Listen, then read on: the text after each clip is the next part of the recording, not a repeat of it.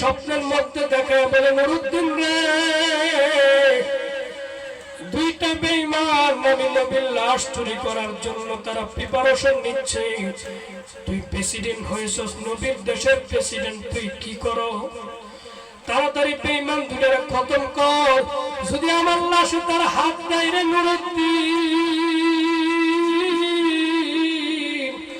আমার আল্লাহ সারা দুনিয়া লয় করে ফেলবেন, একটা দিনের জন্য আর দুনিয়া আমার আল্লাহ রাখবেন না। তাড়াতাড়ি বেঈমান দুটারে খতম কর। নুরুদ্দিন জঙ্গি যখন ফিলিস্তিনে বসে বসে সারা দুনিয়া শাসন করত, নুরুদ্দিন জঙ্গি রহমাতুল্লাহ আলাইহি মনে মনে ভাবলেন, ঘুমের ঘরে আমার নবীরে ডাক দিয়া বলতেছে, নবী কোন দুইটা বেঈমান, আপনি আমার ছবি দেখা দেন, বেঈমান দুটার চেহারা আমার দেখান। নুরুদ্দিন জঙ্গি যখন এই কথা বললেন, আমার নবী স্বপ্নের মধ্যে নুরুদ্দিন জঙ্গিকে ডাক দিয়ে বলে, নুরুদ্দিন রে এই যে দুইটা বেঈমানের চেহারা দেখালো, এই দুইটা বেঈমান আমার নবী কবরের লাশে হাত দেওয়ার জন্য চেষ্টা করতেছে,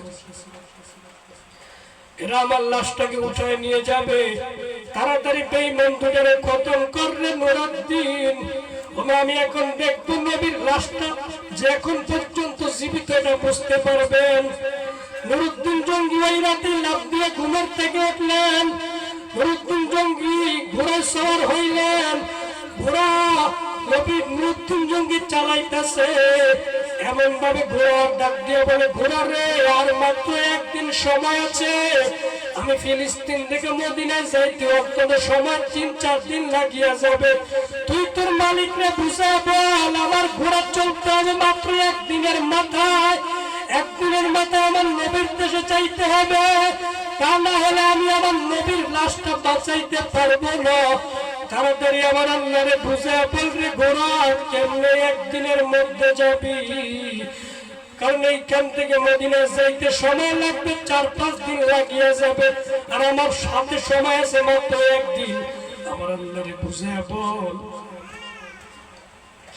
ঘোড়াটা মাথা উপরের থেকে বিড়বিড় করে কি যেন বলতেছে, আল্লাহর সাথে কথা বলে, ঘোড়াটা এমন জোরে ছুটছে, নদীর মধ্যে দিয়ে ঘোড়াটা হাঁটতেছে, মা ঘোড়ার পায়ে কোনো পানি লাগে না, আমার নবী তো দুনিয়াতে জিন্দা এখনো পর্যন্ত মদিনায় আছে। পলিটিক্যাল সিস্টেম অনুযায়ী নবী দুনিয়ার থেকে বিদায় নিয়েছেন, কিন্তু নবীজি কবরের ভিতরে জীবিত এখনো পর্যন্ত বসা। যত উম্মত মদিনায় গিয়ে নবীর সালাম দিবে, প্রত্যেকটা সালামের জবাব নবী ওখান থেকে বসে বসে দেন। নবী কেমনে জীবিত একটা কথা, হাদিস একটা ঘটনা বললেই বুঝতে পারবেন বাস্তব। ইমাম আবু হানিফা রাহমাতুল্লাহ আলাইহি কতবার যেই মাযহাব অনুযায়ী আমরা নামাজ পড়ি, ইমাম আবু হানিফা কত শতবার নবীর হাতের সাথে হাত মুসাফা করছেন নিজেও জানেন না। ইমাম আবু হানিফা রাহমাতুল্লাহ আলাইহি যখন মদিনায় নবীর রওজার সামনে গিয়ে হাত বাড়াইতেন, সাথে সাথে কবরের মধ্য থেকে নবী হাত দুটো বের করে দিতেন, তার সাথে মুসাফা করতেন, মুসাফা করে আবার হাত আগের মতো কবরে চলে যেত। নবীর কবরটা যে কবরটা এখন পর্যন্ত আছে, নুরুদ্দিন জঙ্গির জামানায় আমার নবীকে বেঈমান ব্রিটিশ থেকে নবীর লাশকে চুরি করার জন্য 2 জন মানুষকে নিয়োজিত করেছে, যে মদিনার মধ্যে মুসলমানরা বলে নবী জীবিত, তাহলে নবীর লাশটা চুরি করে টুকরো টুকরো করে নদীতে ভাসিয়ে দিবে, তারাই প্ল্যান করতেছে বেঈমান। তারা মদিনায় 2 জন মানুষকে পাঠাইল, 2 জন মানুষকে পাঠাইলেন, একবারে জুব্বা পাঞ্জাবি পরে আলেমদের বেশ ধরে, তারপরে তারা মদিনায় আসলেন, মসজিদে নববীর মধ্যে তারা থাকতেছে, সেখানে তারা খাইতেছে। প্রত্যেক দিনের মসজিদে নববীর সদর দপ্তর গেট থেকে তারা মাটির নিচ দিয়ে রাস্তা খনন করতেছে,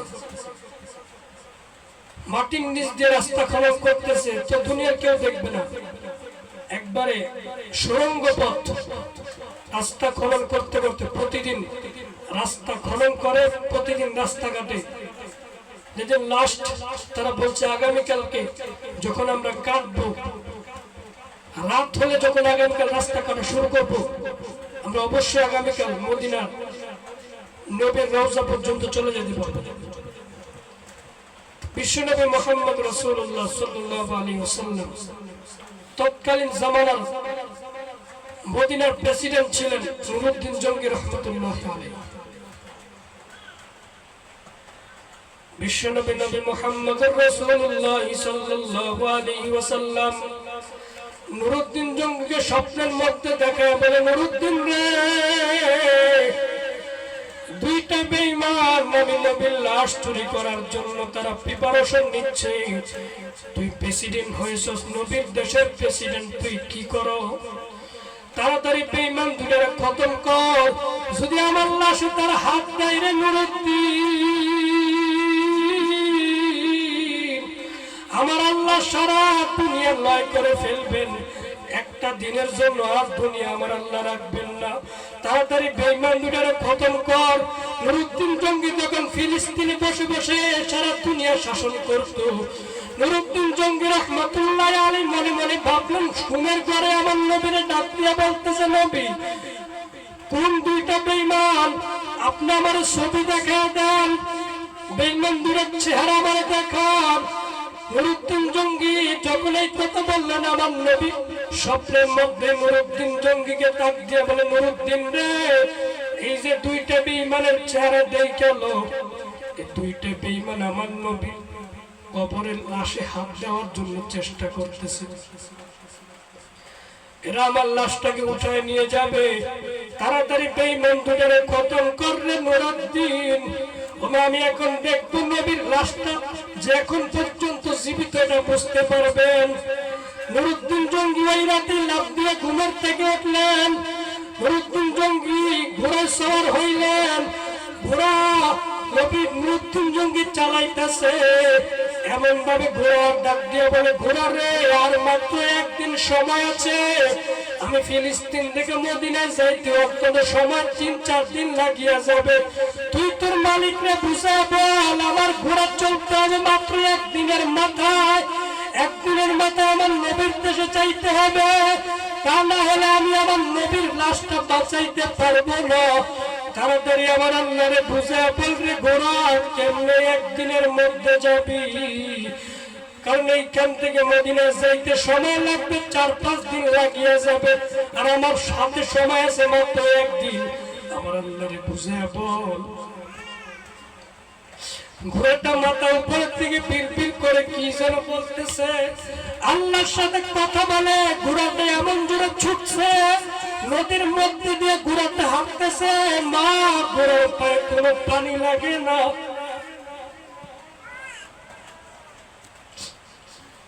ঘোড়া যাইতে যাইতে যাইতে যাইতে নুরউদ্দিন জঙ্গি মদিনার সদর দপ্তরে দাঁড়ায় বলে, আজ থেকে মদিনার মানুষ যে যেখানে আছেন সেইখান থেকে এক কদম নড়বেন না। যারা মসজিদে আছেন মসজিদ থেকে বের হবেন না। নুরউদ্দিন জঙ্গি মসজিদের মধ্যে অবস্থান করতেছে। মসজিদের মধ্যে থাইকে বলতেছে, যারা মসজিদের মধ্যে আছেন মসজিদ থেকে বের হবেন না। ওই বেঈমান দুইটা মসজিদের মধ্যে ছিল। নুরউদ্দিন জঙ্গি রাহমাতুল্লাহ আলাইহি বেঈমান দুটার তো দেখতেছে, চিনলো। নুরউদ্দিন জঙ্গি কিছুই বলে না, চুপ অবস্থায়, কোনো কথা নাই। নুরউদ্দিন জঙ্গি তার প্রশাসনের পুলিশদেরকে ডাক দিয়ে বলতেছে, এই দুইজনদেরকে নজরদারি করবা।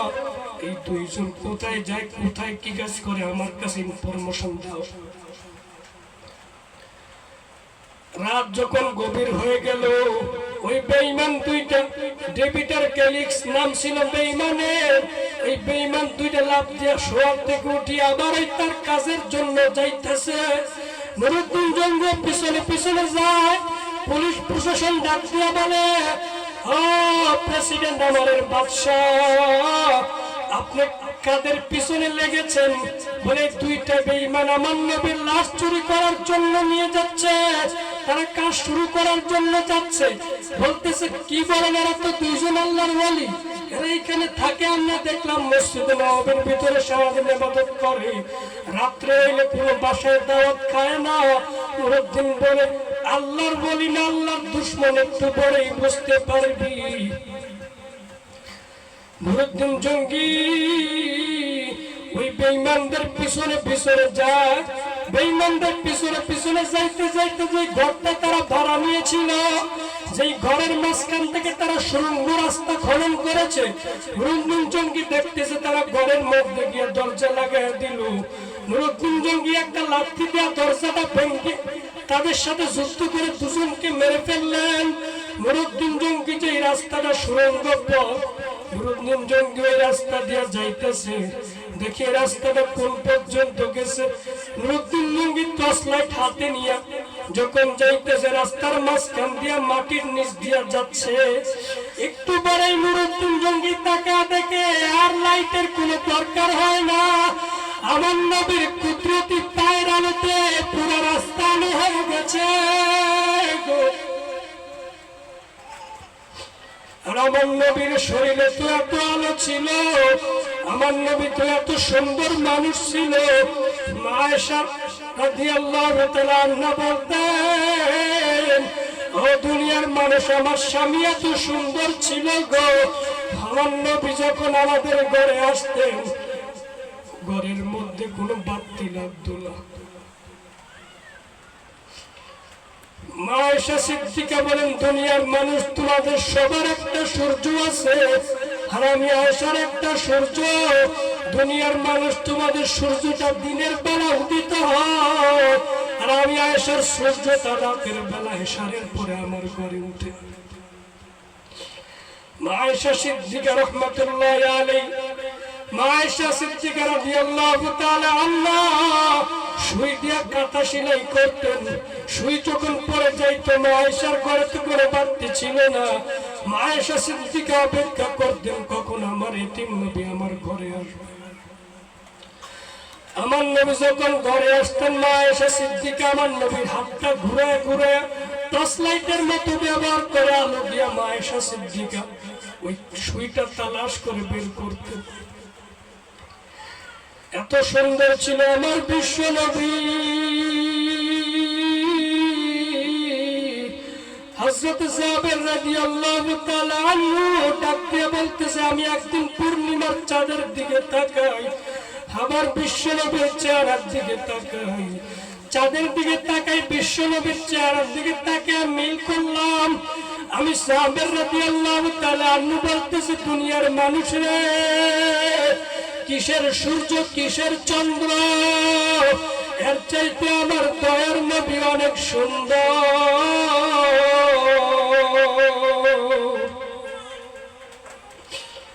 আমার নবী এতই সুন্দর ছিলেন। নুরুদ্দিন জঙ্গি রাহমাতুল্লাহ আলাইহি দেখতেছেন আর কোন বাতির প্রয়োজন হয় না, আমার নবীর পায়ের আলোতে পুরো সুড়ঙ্গ পথ আলো হয়ে গেছে।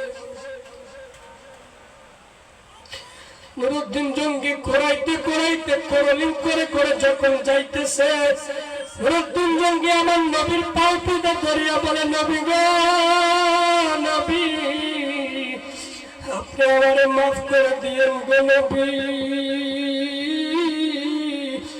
আমার জামানায় বেঈমান আপনার পায়ে হাত দিতে চেয়েছিল। নুরুদ্দিন জঙ্গি এমন ভাবে কাঁদতেছে, কাঁদতে কাঁদতে বেহুশ হয়ে গেলেন।